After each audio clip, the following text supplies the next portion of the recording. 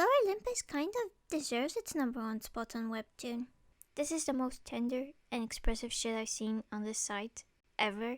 I actually love it. Yes, I'm disappointed in me too. First off, it's Greek mythology. If something barely relates to any of my childhood interests, I will automatically like it. But with this one, I also feel like I'm looking at concept art rather than one of those clean comics that we see on this god-awful website. I love the bolder shading, the palette. The poses and expressions are far from dull. At times a bit stiff and janky, but never boring. I really like how quiet it is. I like how conveniently cliché it is. Not all the jokes made me laugh, but they sure made me live in love. I do not read romance because I want to be surprised, like I know the OG story some Greek dudes came up with.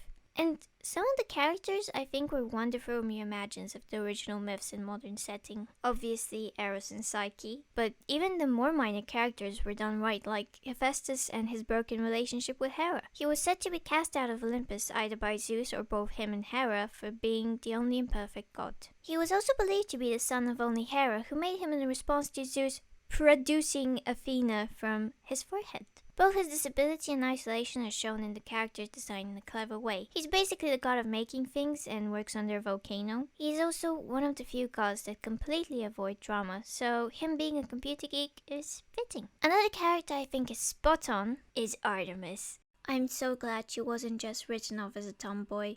She is goddess of the hunt and a wild and unhinged lady. So in Lore Olympus, we do see her sporting mostly athletic gear and helping Persephone, since she is also the goddess of virginity and protector of young women. She's youthful and innocent. Her only love was Orion. Not much is known about their relationship, but he wanted to fucking hunt down every animal on Earth. So either Artemis, the goddess of wild animals, killed him and turned him into a bunch of stars because they still like each other and are hunting bros, or Gaia did, sending a scorpion after him. I can't say the same about her younger brother though. I think Apollo in Lore Olympus was done very dirty. Not a single myth shows him as this type of disgusting, harassing asshole. The part with Daphne was true to the myth. Eros shot him with one of his love arrows while he shot Daphne with a lead one, which made her disgusted by Apollo. And he kept pursuing her, so the nymph's father turned her into a tree in order to protect her. So yeah, that one is kind of sad. I think Lore Olympus Apollo switched roles with actual Poseidon, who was actually the terrible one. Remember Demeter's son, the fucking horse? Yes, this does involve horse fucking, I'm sorry. Poseidon rules over horses, I know, very contradictory, but not really. And Demeter, rejecting his advances, turned herself into a horse.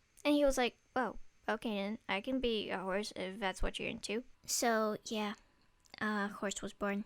But Apollo didn't even mingle with goddesses that much. Most of his questionable, jealous romances were with mortal dudes and gals. He was also not a socialite. He was the god of like 20 things and was very liked on Olympus, but he was kind of just a tragic entertainer and liked cows and stuff, which Hermes did steal from him. I think he's another one done right. But a character done questionably was Hephaestus, who didn't even have a relationship with Zeus. So instead he had a relationship with a mermaid goddess. And about the main characters, I know the ending of the myth. I just want someone to spoon feed me. Love interest 1 gets drunk and ends up at love interest 2's house. Oh no, but they don't take advantage of them, and yes, the bar is that low. But oh no, why does she have to be 19? I really see absolutely no point in that. Being a, oh no, she's so young moment for the male character. And that makes me want to punch myself in the throat. And that's a really hard thing to do. We already know Lore Olympus strays from the original mythology, but gods originally never have their ages mentioned. They do come in generations, and Persephone is in the 4th generation of Greek gods. She is the daughter of Zeus, but literally everything is. So, thanks for exchanging the incest with an age gap, I guess. 1,900 years is too much though. The age could have been left out. We do not know the age of any of the other characters, and Persephone is the epitome of the born sexy yesterday trope. This trope alone could have driven the story if the point was to show her as someone who hasn't experienced much and doesn't know a lot about Olympus, but we will see her learn and overcome that in the story. As it's true that her mother Demeter loved her greatly and sheltered her from everything, leaving her socially inept, which is much cooler than barely legal, which is kinda ill. The original myth has several versions of it, and is one of the few written about Hades. The story shows how he did truly love the goddess of spring.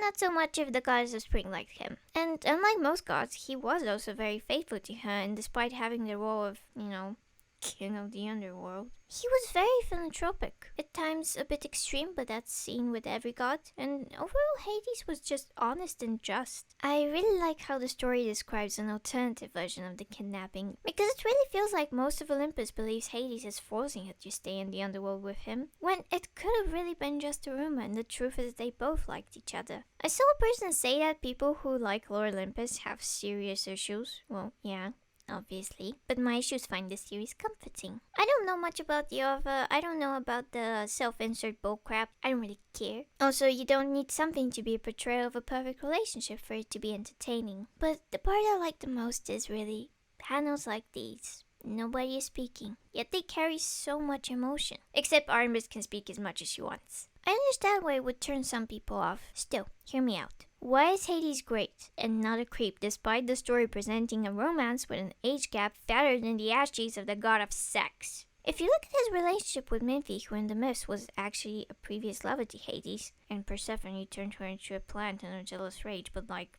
forever. Despite Hades being her, boss, he seems to be the one with less power in this relationship. He treats Nymphe as an equal, but she's the one abusing him because she doesn't see him as an equal. She doesn't see him as less either. The problem is her own lack of self-worth. Also, I find Nymphe much more interesting than Persephone as a character. I don't know why she's so hated despite sharing her honestly understandable reason for the way she is.